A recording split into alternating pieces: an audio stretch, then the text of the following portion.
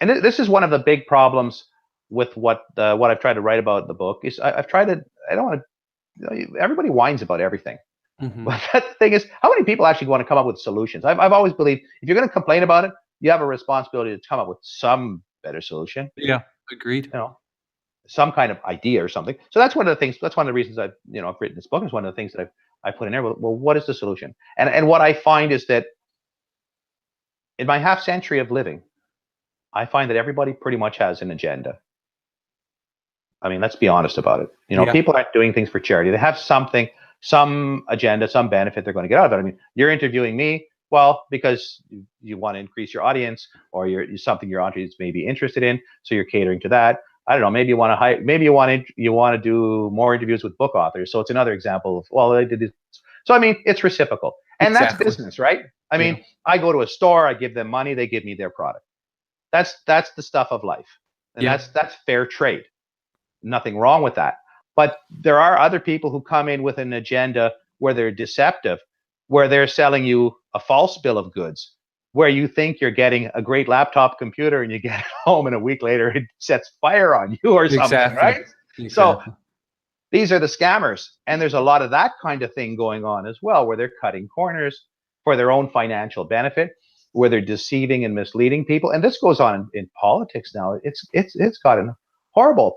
I can go back to 30 years ago or more, with my father talking about the political situation and saying, you know, there's nobody to choose. And it's the same thing in the U.S. Who do you choose? You know, Yeah. and I can understand. I was watching the election quite intently, and I was watching, for example, with Hillary Clinton, and I remember the thing about, we came, we saw, we conquered, this kind of thing, where she's actually gloating about what she did in Libya, and I thought, my God, really, really, lady, Yeah. like, you killed people. Like, okay, sometimes you have to do that, right?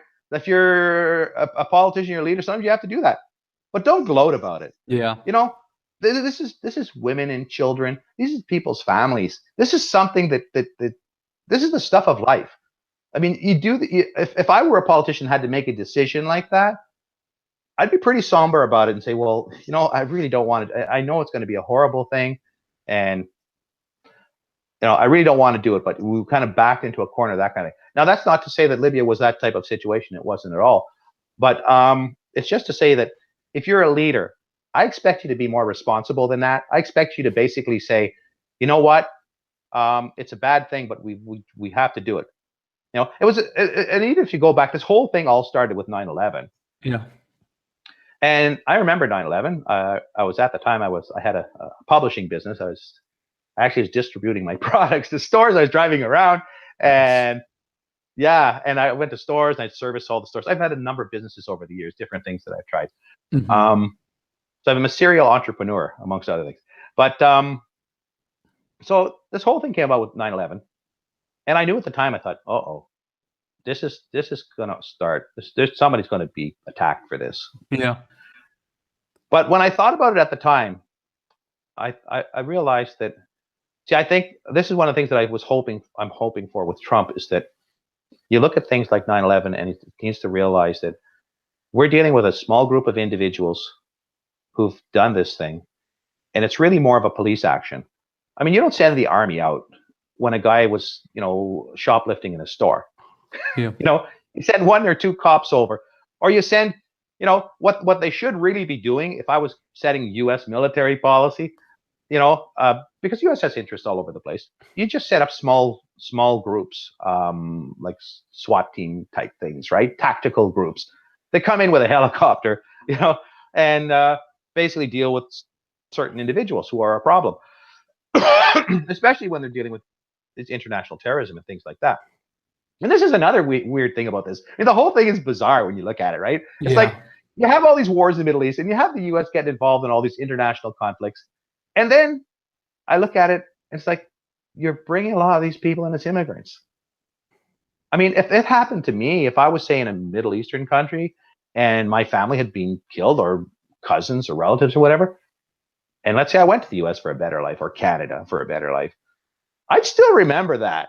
Yeah, You know? I still remember my country getting torn apart. Yeah, I still remember, the bombing of the city by this country that I'm in now. Yeah. So then they say, well, how come this guy comes like 2 generations later and he's like pissed off? Well, maybe the guy's been alienated, hasn't been able to get a job or whatever his story is. Now he goes to university and he gets a little victim training, right? Now, all of a sudden, that's the perfect formula for creating a terrorist, right? Because the guy's pissed off. And I can understand. Where he's coming from. I mean, I, or any human being who had a family. I mean, we had this guy, the $10 million guy, the Cotter in Canada, who I don't know if you heard about this. The government gave him like $10 million, and he was a convicted terrorist with Al Qaeda. Okay, but he was a kid at the time, and his family were fanatical Islamic extremists. And so I watched them on one of our news programs, and I'd never seen the interview broadcast again. But his sister and that, they were covered in the veil, the whole 9 yards, right? And they were talking down Canada and the West, and we're going to put you guys down, and they were in Toronto. My goodness. Toronto. I mean, but then so then this guy is in Guantanamo, right? So he was okay. It goes like this. He's about 14 years old, and his father's one of these Al Qaeda operatives. Okay, so his father goes to Al Qaeda in Afghanistan to support them. So the guy's father is a terrorist, plain and simple. He's one of these guys, right? But he's 14 years old, and he gets caught in this firefight in the house or something, and the kid throws a grenade. Okay, he throws a grenade. He kills a U.S. soldier. Wow. So he gets caught. He gets put into it's Omar Cotter. Yeah, you can look that up. Okay. So this kid gets caught in this thing. He ends up in Gitmo, and he's in there for a number of years, like 10 years or something. The Canadian government does nothing to pull him out, because at that time it's a conservative government, and they just say, well, they don't have any sympathy for you guys. So they just leave you there and rot, even though the kid's a Canadian citizen. So anyhow, this kid comes back. He comes back to Canada when he's let out of Gitmo, and he gets a lawyer out in Alberta, and so the kid goes to sue the government. Now, I don't know the basis of the lawsuit. Okay, probably something to do with not being hauled out of there quick enough. But in any case, at the end of the day, the government settles the lawsuit and gives him $10 million. Wow. Yeah, I mean, if you're, it almost makes you stop in your tracks when you're talking. Just think about how outrageous it is. If you're the family of that U.S. serviceman who was killed with a grenade, I mean, you wouldn't be too happy about that. And also, I can understand this guy. I mean, the left kind of looks at this guy and says, "Oh, he was just a kid. His dad put all these ideas in his head. He was kind of brainwashed. He never really had a chance. This is the way he was raised." And he even at one point, he was doing an interview, and I remember him saying that his father wanted him to be one of these bombers, like put a bomb on his bomb vest on and blow himself up. Kind of thing. Wow. Yeah. I mean, this is pretty fanatical stuff, right? So, I mean, I guess he kind of realized that, hey, man, like this is a little bit kooky, right? Especially when your own parents or your own father's advocating your own murder. But see, they don't. The whole thing is skewed. I mean, and where does the government get off with giving him $10 million? So that's one of the things I don't like about the particular regime here that we have going on. But I mean, and I'm sure a lot of Canadian servicemen who've been to Afghanistan and to Iraq and so forth. I mean, they're looking at this and saying, well, why are you giving this guy $10 million? We got people here who lost their fathers, their mothers in these wars, and they don't get anywhere near that. And they got children to support. They got families to support. Oh yeah. But this is some of the stuff that goes on. But I mean, this guy's trying to make an Islamic voter base for himself. And it's, well, I don't want to get myself in legal issues, but let's just say it's highly inappropriate for a politician to do these kind of things. And so we have a situation with governments. I mean, basically in all over the world. We see the same thing in Europe. Look at Merkel. Come on in. She brings in all these people. They're not even all from Syria. Some of them are from Africa and Afghanistan and all over the place, right? So, I mean, she opens the doors. They call her Mother Merkel. And the same thing man. in Sweden, right? Yeah, Mother Merkel. Mother Merkel. That's what they call her. Yeah. And I mean, she's childless. She's an ex-communist, from what I could see. I mean, Yeah, I've seen East some pictures of Germany. her. She came from Yeah. East Germany. Mm-hmm. And she has no kids, right? She's So she doesn't have a stake in the future. You see, that's the problem. Bingo. That's exactly what I was thinking. She has no stake in the future because she has no kids, and she's not thinking, well, what kind of world is my kids going to live in?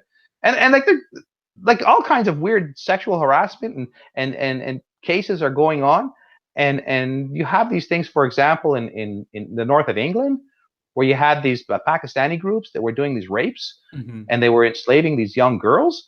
I mean, like, this is not, and you're talking about a group that in reality have had a religious based education, basically writing an Arabic script. Basically, they've said their average education is about grade 4 or so. So how's this going to integrate into Western society? How's this going to be a replacement for our population decline? Yeah. How's this going to be positive for us in the long run? I mean, you're going to have to worry about these guys for the next 20 years. Yeah. You know, maybe longer, 30, 40 years. So, you know, unless they all suddenly become secular because of the situation with the society here, but I don't really think so. So we have a big problem coming on, and so we have politicians here who are living in a bubble, who are not seeing these issues, how serious these things are. You know, throwing money at things that the population doesn't even support, like right and left. And I see the same thing in the U.S. It's like war after war after war. Started with 9/11. And then the next thing you know, I mean, they went into Iraq. It's like, well, why are you going into Iraq? Oh, well, you know, there's all kinds of weapons of mass destruction there and so forth. Yeah. So we go in there, and it goes on and on. And I look at this thing, and I think everyone looks at these things and says, what's going on? Like, who are these guys representing? They're not representing me. If I'm a blue-collar guy in the U.S., and I'm looking at this, and I'm saying, well, you know what? I have needs here. Like, our economy's down. There's no decent jobs around. Wages have gone down, and I see my government like bringing in all kinds of people who don't even have any skills or education. I mean, if you have, for example, a Microsoft, and you bring in a computer technician from anywhere in the world, right?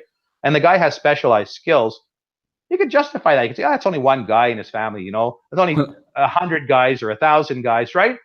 Or women, or you know, it could be either or.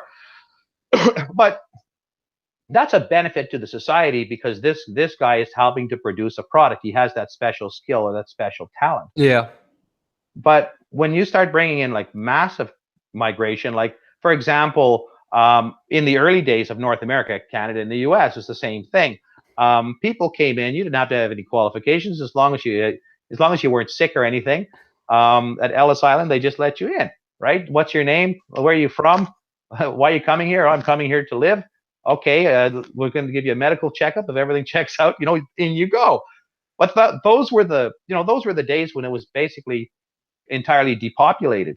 Yeah. Okay. And but nowadays we have, you know, they come to the city. Most immigrants go to the cities. They don't see them coming to the countryside. They go to the city like everybody else. We're urbanized. So it's not like in those days when you needed thousands of farmers to take over land in the prairies and, you know, put wheat farms or cattle farms or something out there. Yeah. Those days are gone, you know. So I don't know what's going to happen. I mean, and the other thing is we have this massive unemployment going on